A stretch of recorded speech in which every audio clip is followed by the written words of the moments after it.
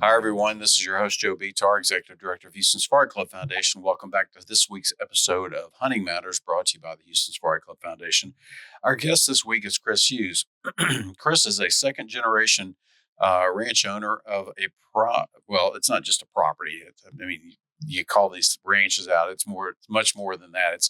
It's a company called Broken Arrow Ranch, and when I first started my discovery, looking into what Chris and their company does, I was pleasantly surprised. So I'm excited about today's conversation. Chris, thanks so much for joining us. Absolutely. Thank you for having me. So where are you guys based out of? We're out of Ingram, Texas, okay. Which is west of Kerrville, kind of northwest of San Antonio, about 60 miles. Heart of the Texas Hill Country. Yeah, one of my favorite places in the world. And we were talking before we got our conversation started. You guys have just been dealing with another round of flooding up there, and it's just like it seems like almost every year now. I mean, you want the rain, but you don't want that much rain. Yeah, unfortunately, more people know where we are now than they used to, and that's because we get national news. This is the third July in a row we've had some pretty major flooding. And in 24 it was July 8, in 25 it was July 4, and 26 here it's July 14. So we like most Texans, we're always praying for rain, but we need to start praying that it gets spread out a little bit more. Yeah, exactly. Well, it's like we were saying, at least this round we didn't have the loss of life like we did last year, so it's there is a small blessing there, but it's 3 years in a row. It's hard to believe. It is. But we're definitely blessed with. It was a different flood. Instead of the main river flooding, it was more of the tributaries. So all the tributaries got mad at once, and so that spread out the geographic area that got impacted. So unfortunately, more homes and businesses were impacted, but we're very thankful that there was one loss of life in our county from a gentleman, but relatively low number compared to last year. Yeah, absolutely. What a blessing. So let's talk a little bit about Broken Arrow. So your family built this company up. You're second generation, right? That's correct. What is Broken Arrow Ranch? Just kind of, if you and I were just running to an elevator speech and you were give me your sales pitch on Broken Arrow Ranch. Yeah, sure. So at its core, Broken Arrow Ranch is a harvester and purveyor of truly wild and free-ranging wild game meat. Okay. So we started off with harvesting venison from exotic deer and antelope, not native deer. We can probably talk about it. There's a lot of laws that some of your audience may be aware of that prohibit commercial sale of native animals. But so we harvest and sell venison, and we also harvest and sell wild boar. And we market those to restaurants and individuals all over the country. Mm. The Houston Safari Club Foundation's Worldwide Hunting Expo and Convention is back, January 15th through the 17th at the Woodlands Waterway Marriott. Explore worldwide hunting and fishing outfitters, gear, auctions, raffles, and banquets. $20 at the door, kids under 15, military and first responders free with ID. Learn more at WeHuntWeGive.org. Sponsored by Boyd's Hardwood Gunstocks, Capital Farm Credit, Cargill, Record Rack, Copandero, DEA Ranch, Genus Logistics, Gunworks, Revic, Way Engineering, Wildlife Partners. Capital Farm Credit understands that there's something about the outdoors that pulls you in. Could be the fresh air, the colors, the smells, the animals, the freedom. It's all just a part of who you are. And with our recreational land loans, you can purchase land for whatever outdoor pursuit you please. That way, the outdoors won't just be in your soul, it'll also be in your name. To learn more, visit capitalfarmcredit.com. Together, we're better. And I want to dig into that further. What was it like growing up, in that lifestyle and that environment for you? Man, it was a lot of fun. So, you also asked what is Broken Arrow Ranch, and you kind of stumbled over it a little bit at the intro, and you're not the only one, because Broken Arrow Ranch is a place. Yeah. It is where I live. It's where my brother lives, and my father lives, and it's where I grew up. So it is a property that we have here in Ingram. We do harvest some animals off of that land, several times a year, but it's about an 800-acre piece of property. So large for some areas, but relatively small for Texas and relatively small for our business. Most of the ranches that we work with are 1,000 plus acres in size. So that is the place. And then the business itself, we have a brick and mortar processing plant and office facility located in the town of Ingram, about 3 miles away from the ranch property, that we actually do all of our business out of, all of our aging and meat processing, packaging, shipping, and et cetera. So growing up, it was part of it was working in the business. So going out and helping on harvests. We used to tan our own hides way back then. Thankfully, we don't. But go in there and stir the hide vats. Yeah. Then I got older and I started. This is pre-internet. Had to write to chambers of commerce all over the country and get mail-in packets for restaurants and browse through those and start cold calling restaurants to see if that was if they'd be interested in something. Going to food shows and slicing sausage and making the pitch. And then on the flip side, we would have chefs that would come and visit. And it was always a great time. Chefs are good time and people. So being a young child and into a teenager, I wasn't able to partake in everything the chefs were doing. But sure. Certainly got to watch them cook, work alongside them as they cooked. See what they were doing, and it really kicked off a passion for food and cooking for me. So it was a great way to grow up, and I think that those combined experiences were a lot of what really brought me back here to eventually take over Broken Arrow Ranch. Yeah. So this was your dad's vision, Mike, I believe it was? Right. So Mike Hughes, my father, started Broken Arrow Ranch in 1983, and he's got a fascinating history on his own. He started off. He grew up in Knoxville, Tennessee. Started off as a commercial diver.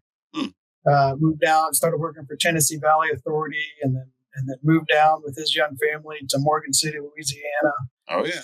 And started doing commercial diving, and this is they were inventing dive tables and decompression tables, inventing technology and making some of the first mixed gas dives in the Gulf of Mexico. So they were making it up as they go along, and eventually the company grew into a publicly traded multinational company, Oceaneering, and he got to a point where he was spending all of his time in boardrooms with attorneys and stock analysts and lawyers, and he really loved the project and operational sides of things. And he said, this work that we're doing here is important for the future of the company, but I'm not your guy. Yeah. And so he retired out of the day-to-day and had our property out here in Ingram and relocated us out here. And all of his world travels had really found venison as a popular menu item all over the world. Right. But in the early 1980s, this was in 1983, found that venison did not exist on menus. Certainly domestic venison really was not existent, here in the United States. At the same time, we were seeing a lot of concern around the growing population of free-ranging and behind eye fence axis deer primarily, but exotics in general. And there was kind of an academic concern that the non-native deer were going to outcompete the native white-tailed deer for food. Yeah. And create a population crash on white-tailed deer. I think that we all know now that wasn't that's not necessarily true in how it came out. But essentially, there was this potential supply of protein, of meat, venison, and then a potential marketplace with the restaurant. So he started, trying to put two and two together to work out how to make it happen. One of the interesting things is as he started researching it, he found out in the meat inspection laws that there was nothing that would allow venison to be sold, but there was nothing that prohibited it either. So, he went around trying to rectify that and try to make this a legitimate and viable business. Huh. Yeah, I mean that, like you said, back during the time, I'm sure in most restaurants, you see wild boar, you see venison, you see in European restaurants and menus and things like that. But yeah, you're right. I can still remember when wild game started hitting some of the menus in the U.S. People were like, wow, I can get that here? That's crazy. So, you guys, you and your family and your dad obviously were visionaries kind of ahead of your time. You talked about you spending time at trade shows and doing and working with chefs and all those things that you learned growing up. As you've taken over the business, what are some of those guiding principles and things that you've learned and that you guys have modified to become a more efficient operation, do you think? Well, that was an interesting piece because coming in here and being younger when I did come back, I've been here, I guess, over 21 years now. It's been a while, but you're excited. You want to come in here and you want to make your mark. But at the same time, I was also very aware that we had a good model and we had to be very careful that we didn't break that. We didn't break that model. And some of the core principles that's always guided us and made us who we are is just 100% commitment to the quality of the products that we sell. And that really defines everything we do. So starting off with Dad invented the mobile harvesting, field harvesting and the mobile processing. Because if we're going to go harvest wild animals, we knew that trapping these animals and transporting them to a brick and mortar facility, especially in 1983, it was going to ruin the quality of the meat. They were going to be so stressed that it just destroys the quality of the meat. So we knew that instead of taking the animals to the plant, we had to figure a way to take the plant out to the animals. And so he started working through the regulations, and they have very specific regulations about what's required for a processing facility. And he met them all, put it on the back of a trailer, and when he applied for his inspection license, I said, "Well, we can't approve that. It's on a trailer."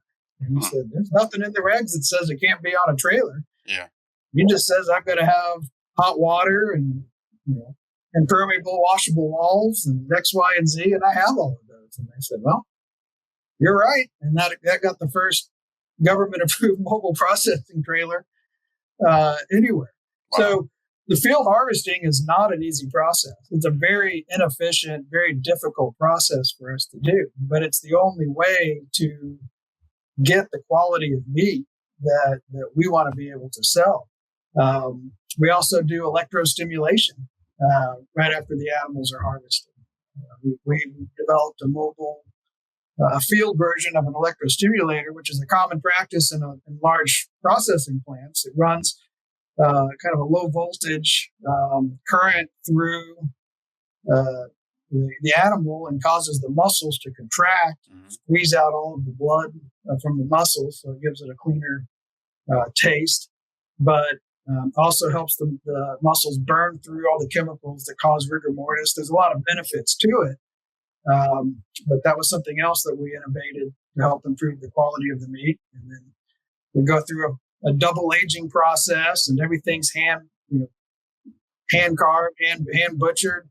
We're a small batch operation. We don't want to be doing thousands and thousands and thousands of animals. We want to do what we can handle and do it very, very well. And that's why people call us when they have good events, events that require the top quality meat products. Yeah. And quality's been a hallmark, and everything we do revolves around that.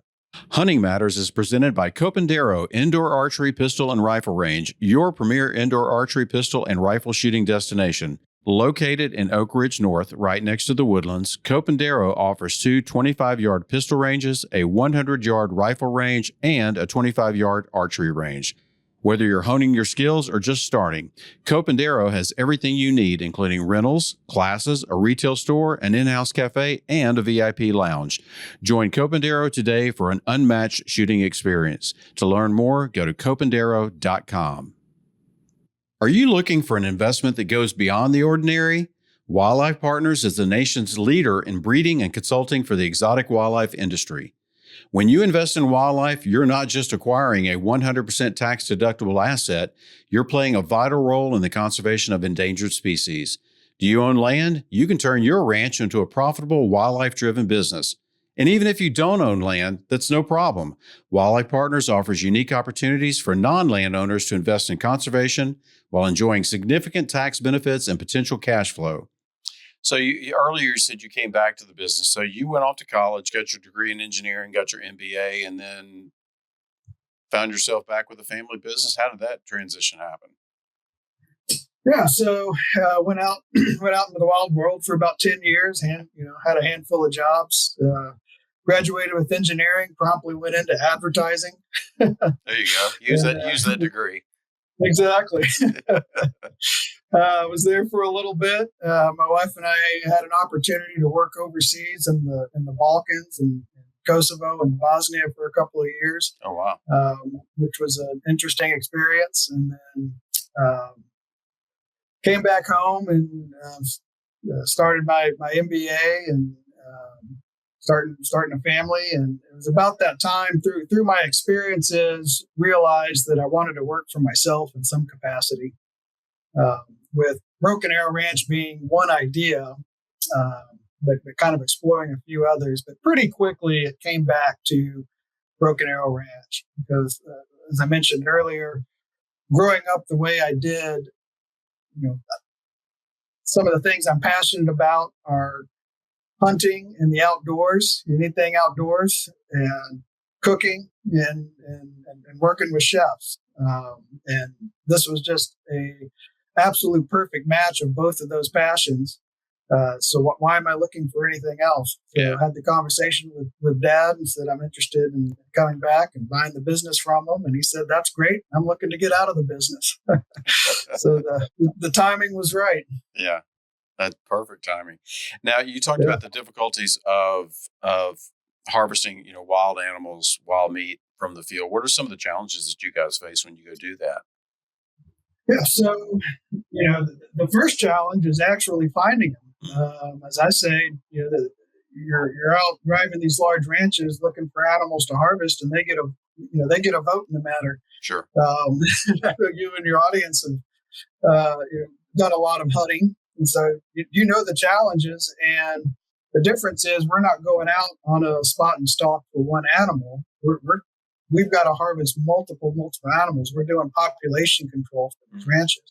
So, we're really looking for, 10, 20, 30 animals on a harvest to make it efficient and worthwhile for both us and the rancher. So a lot of what we do, it's not hunting, it's harvesting. Mm-hmm. It's not meant to be sporting. We're riding around in trucks. A lot of times at night with spotlights. We're using suppressed rifles. We're covering ground, and we're trying to find these animals. So first of all, it's finding the animals. Second of all, it's finding the animals that the rancher wants us to harvest. So each ranch is a little bit different. What we do as a benefit to the rancher, it's very surgical. So we're not there to take the trophy bucks or whatever species that they want to keep or that they want to harvest. We're looking for the culls. We're looking for the does. We're just giving the ranch a haircut to bring those population levels back to naturally sustainable population levels. So you can get out there, you can see 2 or 3 animals, but none of them are ones that the rancher might want to harvest. Mm. And so we have to pass on them. So finding them is a challenge. And then the other challenge is making a clean and ethical shot. So even though we're working in the field, we're still bound by the rules and regulations of meat slaughter. Yeah. And one of those is the humane handling requirements that say that when an animal is dispatched, it has to be instantaneous. And one of the methods that's allowed for dispatching an animal is by gunshot to the head. But it's got to be very specific, and it's got to be in the upper cranium in a way that immediately knocks that animal unconscious, dead, without any kind of stress. Yeah. So that's great for us. It's great for the animal that increases the quality of the meat. But we're not shooting that animal at point blank range. We're shooting that animal at distances from, 50 would be a close shot. Most of our shots are somewhere between 100 and 200 yards away. And, you're trying to hit a target that's maybe 3 inches wide without hitting an area that would otherwise wound the animal. Right. So, our shooters are very well trained. The rifles are very, very accurate. But ultimately, the shots that we're taking, a miss is not necessarily a bad thing. We're trying to miss cleanly. Yeah. And while I don't recommend certainly long distance headshots for every single hunter, for somebody that is trained in that and familiar with that, it's a very doable exercise. But when you shoot in a way that either you make a successful strike or you make a clean miss. Got it. So when you guys have an agreement with a landowner to go out and cull, your goal is we're gonna set these dates or a date, and we're gonna roll up and have the mobile processing plant with us and everything, and we're camping out here. We're gonna hit a certain quota. That's kind of how it works. Right. So we're contacting, with the ranch and saying, and just discussing how many animals they want to take, what species, what type, set the date, come out there with the mobile processing unit, shooter, scanner, and a government meat inspector, because all of this has to be done under inspection. Really, nothing we're doing is all that different from what an individual hunter could do. But the reason we can sell it is because we have the certified facility and we have the government meat inspector that's present with us watching the entire process. And they're kind of the people's representative. They don't work for us. They work for the Texas Department of State Health Services. That's watching the process and putting their stamp of inspection on the end that it's a clean and wholesome product. Yeah. That adds layers to what you guys do, and what the regulations, of course, that you guys have to go through. Hunting Matters is presented by DEA Ranch. Are you looking for the ultimate South Texas hunting experience? Then look no further than DEA Ranch. DEA Ranch offers some of the best whitetail and exotic game hunts in South Texas year-round. Whether you're looking to fill your freezer or put that next hunting memory on the wall, their professional guides are focused on ensuring each client has a memorable and exciting hunting experience. DEA Ranch offers guided hunts, professional staff, chef-prepared meals, trophy preparation, and more. To learn more, go to dearanch.com. That's dearanch.com. When you're deep in the field, far from roads, hospitals, or immediate help, preparation matters. Global Rescue provides medical and security advisory and evacuation services to hunters worldwide.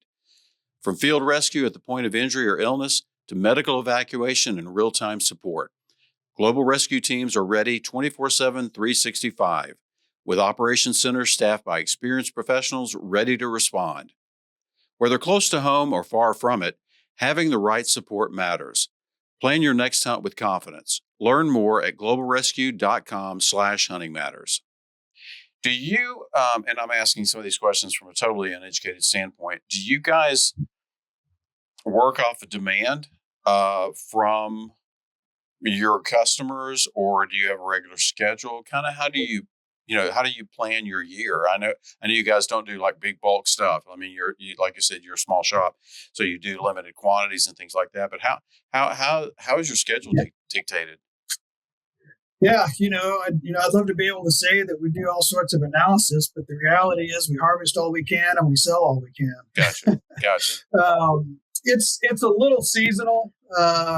Traditionally, venison's always been a fall and winter menu item for restaurants. Mm-hmm. That comes from some old European traditions. That's changed a bit over the years. So we've certainly seen our sales trough in the summer shallow out a little bit, but certainly fall and winter are still our high demand times. Unfortunately, that also coincides with hunting season. Yeah. So a lot of the ranches that are available to us during the summertime are not available to us during the fall and winter time because they're either running their own hunts or they're running whitetail hunts. And so we're excluded from harvesting on a lot of these properties. So really, it's a year-round harvesting operation. We go out and we harvest typically 1 to 2 harvests per week, year-round. And that could be, we kind of have 2 separate operations. One is what we call the hill country operation, even though it operates all over Texas. And that would be for your axis deer, sika, red deer, fallow, elk, black buck, things like that. All the common exotics. And that's something I want to say, we're not looking for the super high-end exotics. While the meat is fabulous, the volume of animals available as well as what we would be able to pay on meat prices just doesn't match with what a rancher would be able to get out of that animal on a live sale or on some kind of commercial, a guided hunt kind of a scenario. But we also harvest a lot of nilgai antelope. We market as South Texas antelope down south of Baffin Bay. And so we go down there every 2 weeks. And those we harvest with a helicopter, actually, because there's just that landscape is so wild and so vast that you can't do it from a truck. And those guys are so skittish. But so we sell a lot of nilgai antelope as well. We sell more of that than anything, just because they're larger animals and you get more meat mass out of it. But it's harvesting all we can year round, and then the customer demand is there typically. What you find is, like anything, you got to sell the whole animal, and so we make a bunch of different cuts out of each animal. And seasonally, or even year by year, some years, the shoulders may be in high demand and you can't sell the ribs. And then the next year, it's flip-flopped. And, you can't keep enough ribs in stock, and all of a sudden, the shoulders are piling up. So it just kind of changes throughout the year, and we vary how we market and what we market and who we're talking to based on that. But normally it's our demand has always been larger than our supply. Got it. The fluctuation in the cuts that are in demand, is that driven by chefs, restaurants, trends? What drives that? All the above? Yeah, I think all of the above. So there, certainly there's a seasonality. So you get into a lot of the braising cuts, the shanks and the ossobucos and the short ribs and things like that. So that's just got more of a winter feel than a summer feel, chili grind. Right. And then you get into, we take the whole legs, we age the legs for 30 days, bone them out, clean them up, and you get this really nice piece of meat, this nice steak. So that's kind of something that's in demand year round, but certainly in the summer, because that's more of a grilling and staking kind of an application. But of course, every single conversation starts with, "Hi, my name's so-and-so, and I'd like venison backstrap." Yeah. Because everybody only thinks there's one cut that comes out of the entire animal. And we usually have to talk them through the options and convince them that. I tell my sales guys, like, I don't need you to sell venison loin. Right. You know, I could have 0 staff and I would sell every pound of venison loin that comes in here. I need you to help sell every single thing else that, that we get out of the animal. Sure. What's the difference between farm raised venison and animals versus wild game, which you guys are that's kind of your trademark, is you don't do the farm raised stuff. Yeah, so a little bit, the differences would be somewhat philosophical and then somewhat flavor, somewhat what would be available. So, from the philosophy, and I'll say this, we also sell some farm venison. In New Zealand, farm venison is the 800-pound gorilla in the industry. Yeah. They've got probably 80% market share. Yeah. And they do a good job. It is a good product. And we can't satisfy the demand for all of the venison in the United States. We're a drop in the bucket compared to beef and other red meat industries. So I'm glad that they're here. And I'm glad they're part of it because I want more people to be exposed to good venison and be able to eat it. But, so they're not raised poorly. But some people would have a philosophical hang up on having an animal that is raised on a farm, no matter how that's done, versus an animal that's wild and free ranging. Mm-hmm. So that's one area. The other area would be the selection. Farmed deer is primarily red deer. They're very, very, very close, certainly in flavor, and fallow deer. Those are kind of your 3 options that would be available for a farmed animal. You're not going to be able to get farmed axis deer that I'm aware of. You're certainly not going to get farmed nilgai. They don't do well in that. So your selection is more from a wild harvested animal than it would be from a farmed animal. And then there is a flavor, as an animal, you kind of are what you eat. And so as animals have a varied diet compared to just grass that's on a pasture, there is going to be some subtle complexities to the flavor as well.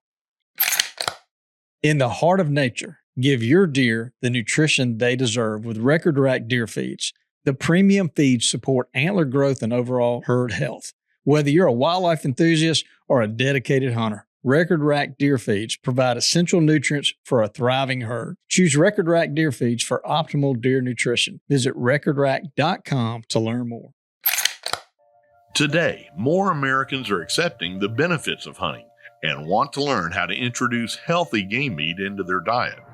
The new SAM Field to Fork course includes hunting, shooting, and fieldcraft skills, including hands-on experience that takes students from field dressing their game to the quartering, cutting, and processing of their meat. It's all covered in this 4-day course. And finally, personalized training from a professional wild game chef helps bring attendees full circle and ready to bring the SAM Field to Fork promise to life. One thing I think that's misunderstood by the public is, you guys, you talked about it before, the humane and ethical harvesting of animals. But I think people who are adamantly against hunting, across the board, we don't shoot animals. We're going to name them all. They don't understand the principles of conservation and sustainable. The term sustainable wildlife management is not even in the vocabulary by some members of the public who don't understand the lifestyle or don't understand what is involved in it. Let's say there's somebody listening to this podcast that, they stumble across it, even though it's called Hunting Matters. They stumble across it anyway and they're listening to it. Can you explain to somebody who's listening today who's not familiar with this, how selective harvesting and, game management, herd management, population management actually determines or improves habitat, herd, and health? And I know it's simple, basic things to you and I, but maybe somebody runs across this and goes, "Oh, they're shooting animals. That's bad, and that's all. That's the end of it. I'm not going to talk about it anymore." They don't understand sustainable game management. Right. Yeah, there's certainly a population out there that think eating meat in general is a bad thing, and it's not even a conversation starter. We're not going to be anywhere close to having any kind of agreement on it. And I will say, I think one of my great triumphs at a food show was I had a vegetarian that came up to our booth, and he wasn't aggressive. He asked a lot of questions, and we talked for about half an hour. Mm-hmm. Asking a lot of questions about what we did and how we did it, and went through the whole thing. And after that, because he was an ethical vegetarian, he just did not like the gigantic industrial food system. And frankly, I'm not a huge fan of it either. Yeah. My local grocery store thinks I'm a vegetarian, I think, because I'm not buying a whole lot of meat there. Yeah. But I do either get on my own or I have in my own freezers. We're not sourcing a lot of meat out of the cellophane package. But he had, finally at the end of it, he says, I'm going to have my first piece of meat in 10 years. And I'm not going to promise you that I'm going to stop being vegetarian because I don't have access to your meat all the time. He says, but I appreciate what you're doing and how you're doing it. And if everybody could do it this way, I wouldn't be a vegetarian. Right. So there are reasonable people out there with reasonable viewpoints on why they are staying away from meat. But ultimately, you can make the argument of a humane harvest. So it's a stress-free event for that animal. For as much as people love, a lot of the buzzwords of organic and humanely harvested and all those kinds of things. And you can have beautiful, wonderful farms that are doing things very well. And their slogan is often, the animals have one bad day. And that's true. Mm. With this type of a harvesting operation, my argument is that these animals don't even know they've had a bad day. Yeah. They're out in the woods, and the next thing you know, it's lights out. So that humane aspect is part of it, and then the selective harvesting. Ultimately, what we're doing is population control for the ranchers. Yeah. And so if you do have a high fence, and people say, "Oh no, well it's not farm. It's farmed if it's behind high fence," and they just don't have a concept of how large these properties really are. Right. Are they confined? Can they walk any way they want? No. Can they walk a really long way and never get bored? Absolutely. Yeah. It's like somebody that's never left their state and telling them that they're confined. So, but it is a finite amount of resources. Yeah. Excuse me. It is a finite amount of resources. And so if you leave that population unchecked, it's going to grow and grow and grow and grow. And then that population is going to be reduced one way or another.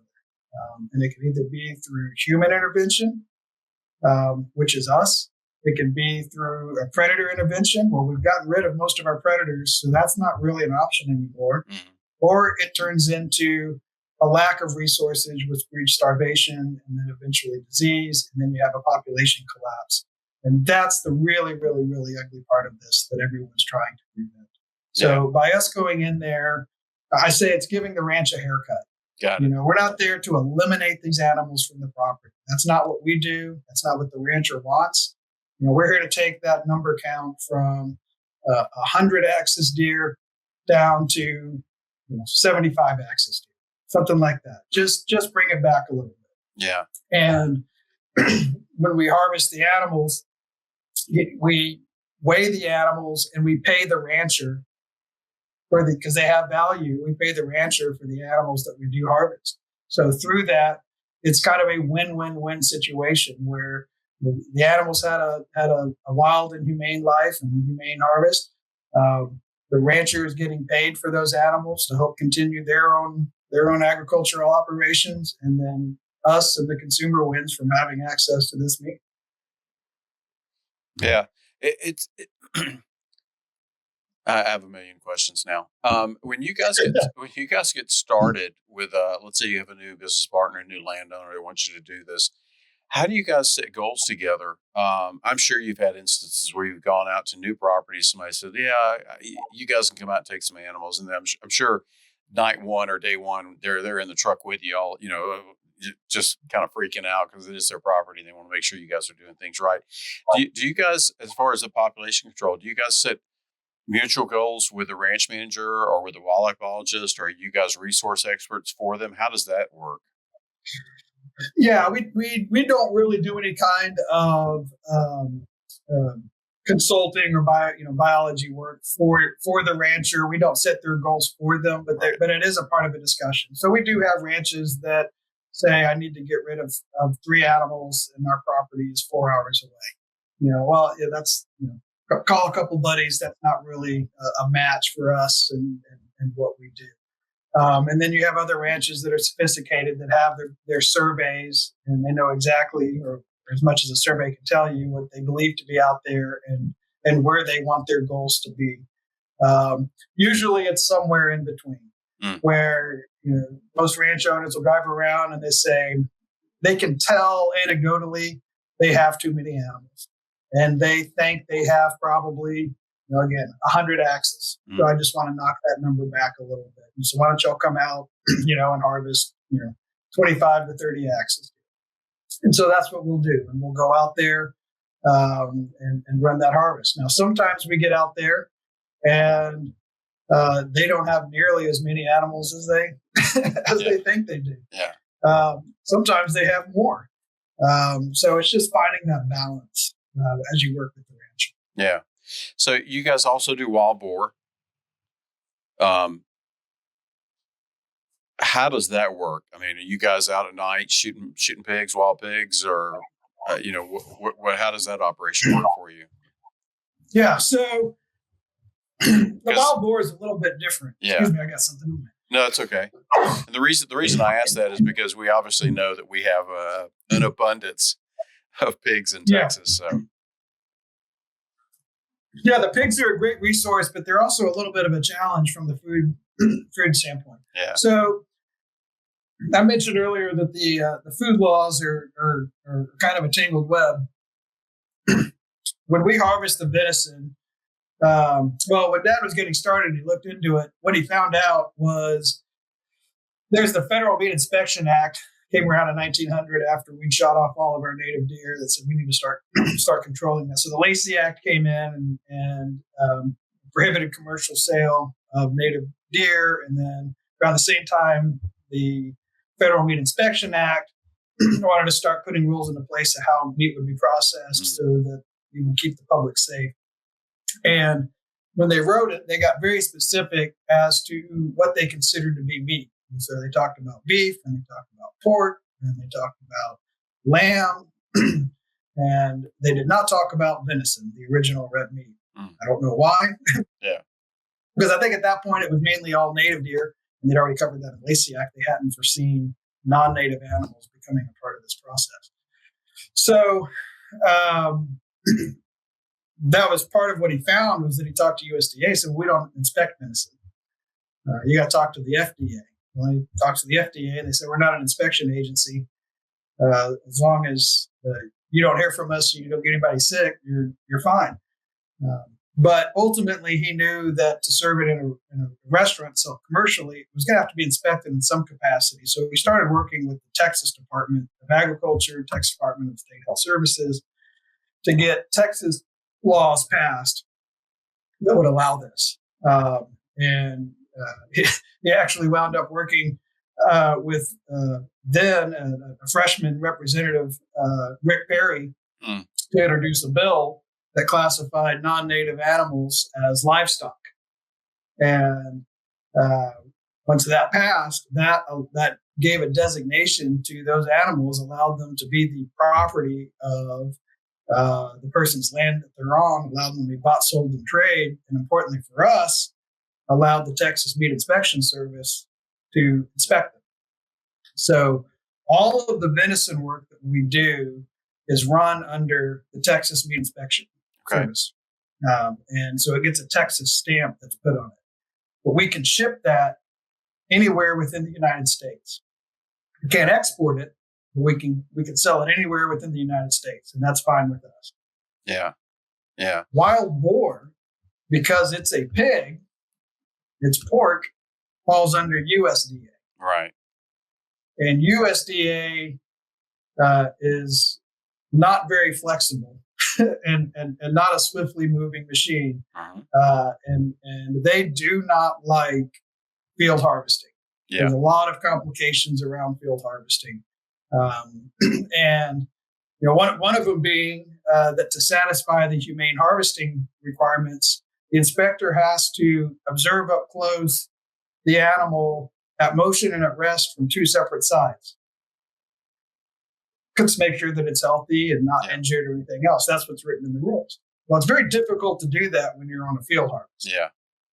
But because you can't check that box, it gets really complicated for the USDA. So wild boar, we cannot do our same field harvest that we do with deer. What we actually do, we work with trappers that are around the state, trap the animals live, take them to a small slaughterhouse that's near us, and have those slaughtered under USDA inspection. And then from there, we can take those carcasses and break them down, package them, and sell them the way we need to. Got it. Okay, that makes sense. Yeah. The whole USDA conversation doesn't surprise me. I had to call them on a matter a few years back, and I was talking about non-native exotic species in Texas, and the person on the phone literally said to me, "What's an exotic?" Yeah, we and a funny story on that is when Dad back in the late '80s first wanted to start selling wild boar, he had sent in a label for approval to USDA. And they're rightfully very particular about what you put on a meat label. Yeah. And they want to make sure that what you put on there is accurate, descriptive, and not really a marketing piece. So he sent this label off for wild boar. It comes back and it says, well, we've got a lot of concerns. One is you use the term boar, and that indicates that it's a male of the species. But, how are you harvesting male and female? And then the other one is wild. And how can that's a bit of a marketing claim. How can our inspectors verify that the animals truly are wild and not pen raised? So he starts writing this response back and says, well, yes, we are harvesting male and female, but it's just kind of a colloquial term of wild boar. But I understand what your valid point. And he says, I've written a page and I don't think I've made a very convincing argument. So what I propose is that when we bring these animals to slaughter, if your inspector is willing and able to enter the pen and remain there for 3 minutes, we will not call the animals wild. Sincerely, Mike Hughes. And he gets a letter back approving the whole thing, wild boar. Yeah, exactly. Gunworks just launched a new rifle system. It's called Index. It's sized for adventure and engineered for extremes. With barrel lengths as short as 16 inches and a folding stock that collapses to an ultra-short profile, the Gunworks Index fits nicely in a UTV, a float plane, or across the seat of your truck without sacrificing accuracy. The Index features a built-in ARCA and pick rail for use on tripod or bipod, and a night vision rail to ensure you're ready for any scenario. The Gunworks Index delivers magnum capability in the most compact chassis rifle system on the market. Visit gunworks.com to learn more. This episode of Hunting Matters is brought to you by Republic Boot Company. At Republic Boot Company, we don't just make boots, we craft heirlooms. From premium custom and stock boots to handcrafted leather bags, belts, and accessories. Everything we create reflects Texas heritage and timeless quality. Our Houston craftsmen use the finest leathers and time-honored techniques to deliver style built to last. Whether you're stepping into a new pair of boots or carrying a signature leather bag, experience craftsmanship the Republic way. Visit Republic Boot Company and discover quality made for everyday life. Learn more at republicbootcompany.com. So you guys supply some of America's top chefs. What do those chefs appreciate the most about wild Texas game? Yeah, I did a while ago, a little bit of an exercise trying to describe, list out all the attributes that a chef or any customer might appreciate. And I came up with a pretty long list. There were probably 20 plus different items on that list of what somebody would appreciate.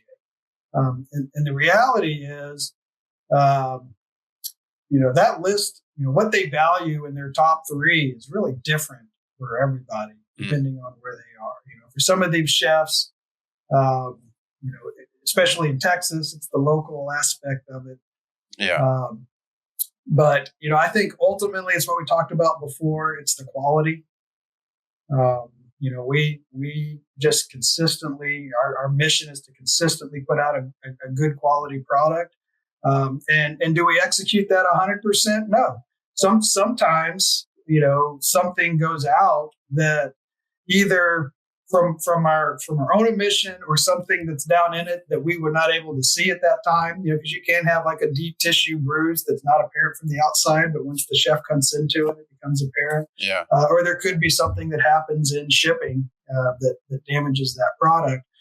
We also pride ourselves on our customer service. So we want this to be, we're not there, we're not there to sell it and then walk away. We're there to make sure that this is a good experience through and through. And so I think it's that quality combined with, backing it up with customer service that we're there to make sure, you're going to be satisfied, and our customers and our customers' customers are going to be happy with what they get. Yeah. So I think that's one aspect that's really been valuable for us. In today's Instagram world and everybody's taking a picture of what they eat, it's a lot more exciting to take a picture and show a plate of antelope, than it is a New York strip. So I think that plays into people as well. Yeah, but there's still a lot of people who are missing out that don't understand what a great source of protein that venison is, or how to prepare it, or that it's really good. I mean, the taste of it alone. My wife does not care for whitetail deer. She'll eat nilgai, axis, and oryx all day long.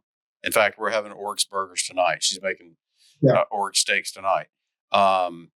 So, what is it that people are missing? Is it that they're not adventurous. They're not. They're having flashbacks of Bambi movies when they were kids or something. I mean, I just don't. It's hard for me to understand, especially something that's sourced in a natural environment that has such a good flavorful taste, that you guys take such care of processing it and meeting all these regulations, and beyond that, taking the extra steps to do things that most people don't do or don't have to do. What do you think it is about the general public sometimes that they don't get it?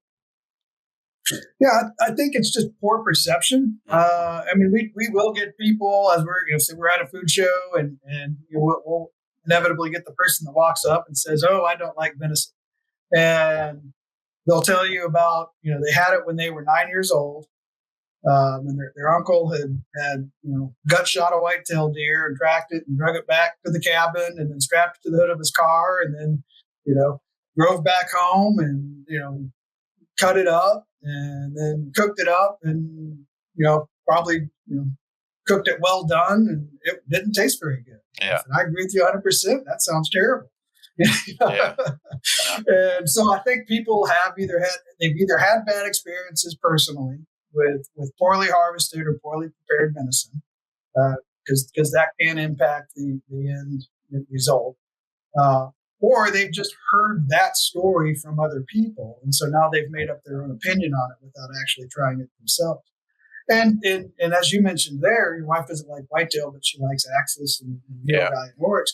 That's an interesting part is different animals have a different flavor profile. I relate it to different wine varietals. Will have different flavor profiles. And so the way that an elk has this kind of beefy, gamey flavor in a way that axis deer does not, because it has a very mild tasting venison. And the same with nilgai antelope. They're very similar to each other. So you have this spectrum of flavor profiles. And we have chefs that we've sent the antelope to that they don't appreciate, especially, a good German chef or something. It's like, we want something that's really powerful. And so they're looking for more of a cyca deer or an elk or a red deer that's got a little bit stronger flavor profile compared to axis deer and yellow guide. Yeah. And other chefs, most chefs have flipped that because the American palate, as we've stepped away from offal and eating things that have a really strong flavor profile, they like something that's more mild in flavor. Yeah, that makes sense. And you did bring up a good point. It's equally important, not only the harvesting, but when you talk about the grandfather, the uncle who got shot a deer and brought it in and how they prepared it. But it's important to note that it's as important about how you harvest it and how you process it. Both sides of the coin there. Right. Obviously, I mean, you talked about that early on, because we've all been in camp where we've seen people dragging deer covered in mud and dirt and not very taken care of. And I've gotten to the point where I'm a neat freak anyway. If I shoot something, I'm going to haul it in. It's going to be cleaned. I'm wearing gloves. I'm taking care of it. I'm people sometimes make fun of me because they're out there. They're already having dinner and I'm out at the skinning shed, cleaning animals, and then I'll hang them if I have time or have a place to hang them for a while and that sort of thing. But I think it's hugely important. People that sometimes people forget. It's not only the harvesting, how you harvest them, but also the preparation of your game, that the care you take and the time that you take. And I mentioned with our harvest techniques for the headshots, that satisfies a lot of requirements. It's instantaneous kill, but it also ruins the least amount of meat.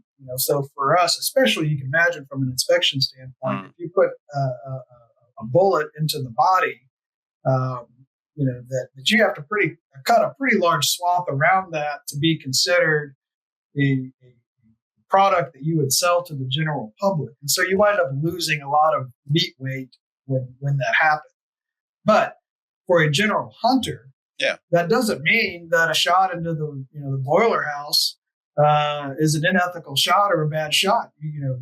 That's where I've taught my kids how to where to shoot, because it's they shoot them, and that animal's for us, our animal drops exactly where it is. My kids' animals drop 50 yards away. Yeah, that's okay. You've still made a good shot, and you've not impacted that meat in a negative way. Yeah, but on the commercial side too, you mentioned it before. You got to salvage those ribs. You're right, exactly. So there's a difference between those two. Yeah.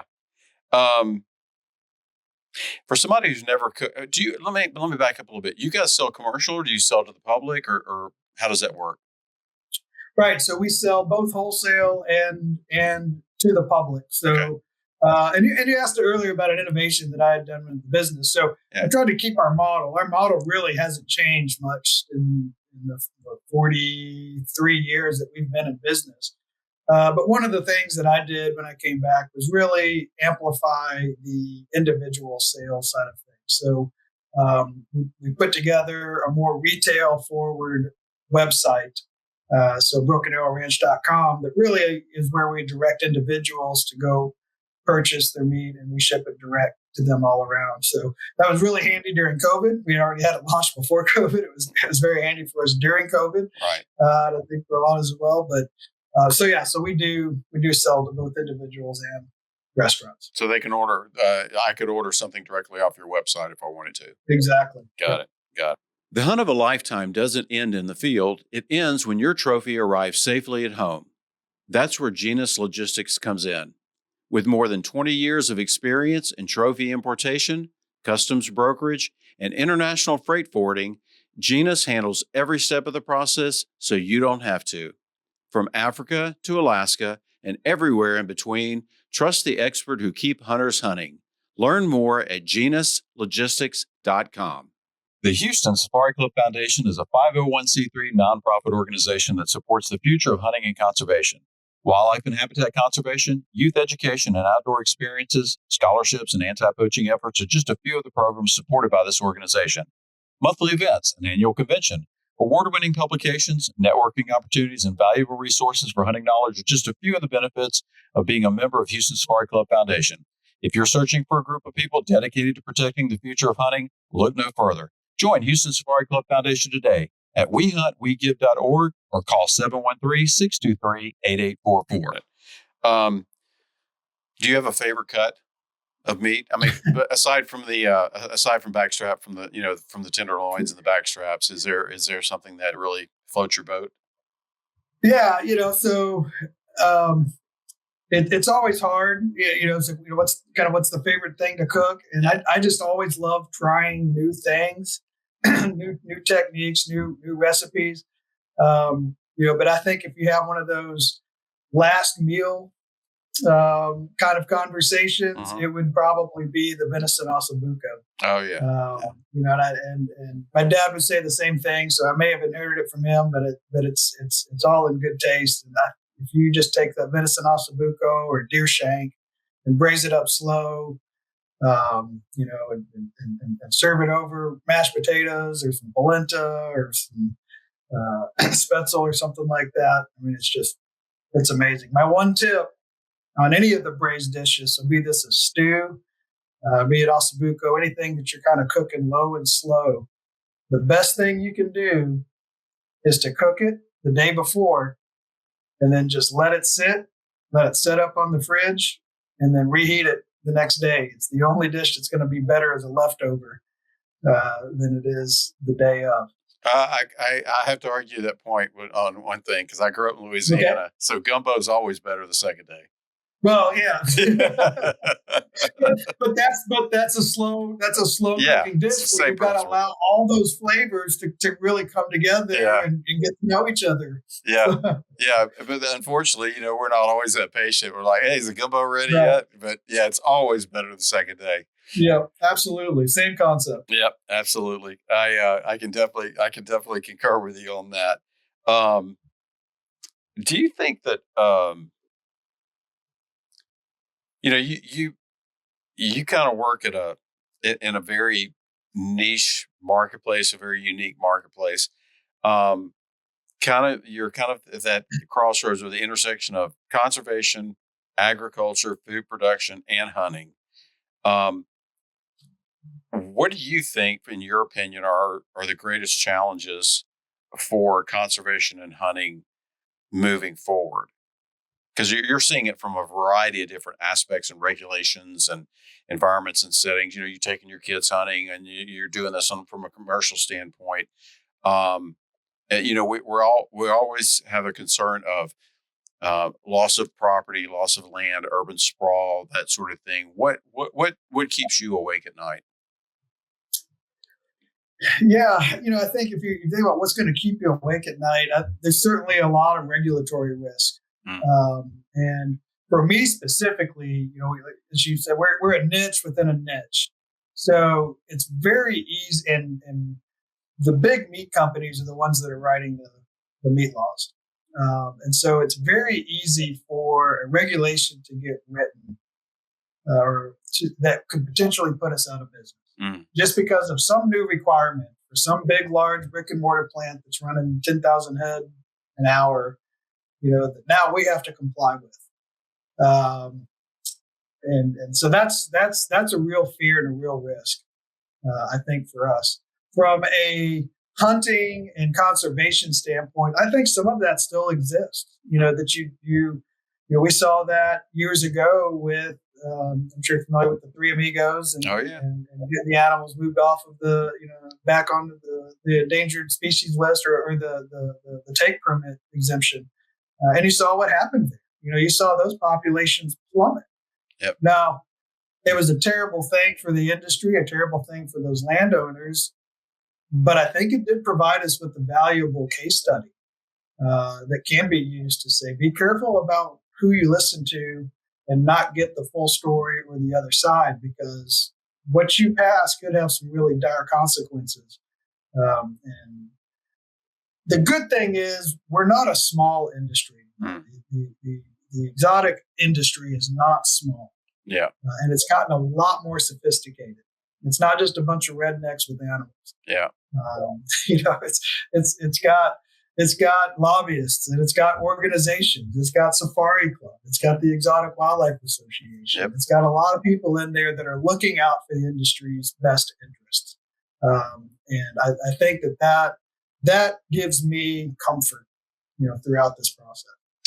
Yeah, I think one thing too, I preach a lot to people who are not outdoors people is that, there are species in Texas that are proliferating and doing quite well that are endangered or threatened in their own native countries. So let me hear your argument against that. We're taking these animals and we're taking these, breeding operations, or we're taking these animals and putting them on properties and they're in their native lands, they're in trouble. But like to your point earlier about the, the three amigos, the Dama gazelle and all those other animals, is that you've got people who are good stewards of land and good stewards of animal, good stewards of conservation that are going, you know what, these animals are too cool to let go.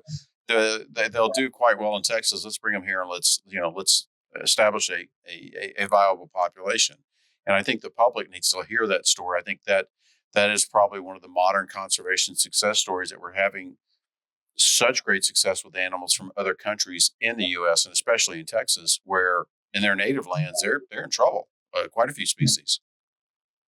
Yeah, and I think that the industry is getting better at publicizing and claiming those kinds of victories. I don't think we've always been that way. It's kind of been it's always been happening, but it's been by humble people that weren't necessarily looking for that kind of recognition or that kind of publicity. Yeah, and I appreciate that 100%. I don't particularly seek the limelight, and a lot of these guys don't either. But there is good work going on that people need to know about. And I think too often, all you see is the grip and grins and the trophy hunts, and everybody thinks that it's in you've got an animal tied up to a tree and then they go get it. And, we got to continue to work on that image and show why hunting is beneficial and valuable, and how that continues to fuel the conservation side of this process. Yeah, absolutely. Yeah, I understand there's a fine line between patting yourself on the back and telling the story. And I think that as outdoors people, as hunters and conservationists, I think that sometimes we, obviously, pardon the pun, we shoot ourselves in the foot when we're doing those grip and grins and not tastefully showing harvest online, which those are the ones that, those are the ones that are going to get flagged immediately and spread all around. And then there's the other side of it where, you still need to tell that conservation story and say, this is what we're doing, this is why we're doing it, and this is how it's actually helping wildlife and habitat. And I think that we just have to. That's just our responsibility to continue to tell that story in a non-confrontational way. Yeah, absolutely. Yeah. Well, Chris, thank you so much for joining us today on Hunting Matters. Chris Hughes, the owner of Broken Arrow Ranch. You can check out their website at brokenarrowranch.com. I perused it actually this afternoon before I came over here to the studio and got hungry. Beautiful cuts of meat. And I encourage anybody who's not had wild game before, this is probably one of your best places to get it, because it's carefully prepared, carefully harvested and processed. And I just encourage everybody to go check out the website at brokenarrowranch.com. Chris, it's been an absolute pleasure. Thank you so much for joining us today. Thank you, Joe. Thank you for having me. You bet. Folks, we'll see you next week on another edition of Hunting Matters, brought to you by the Houston Safari Club Foundation. Don't forget to subscribe to the podcast, rate, and review, and we'd love to hear from you. So join us again once we wrap up this show, and we'll be actually getting ready for another one next week. Join us next week on Hunting Matters, and have a great and safe weekend. Take care. Hunting Matters is a Houston Safari Club Foundation production. Please rate, review, and subscribe wherever you listen to podcasts.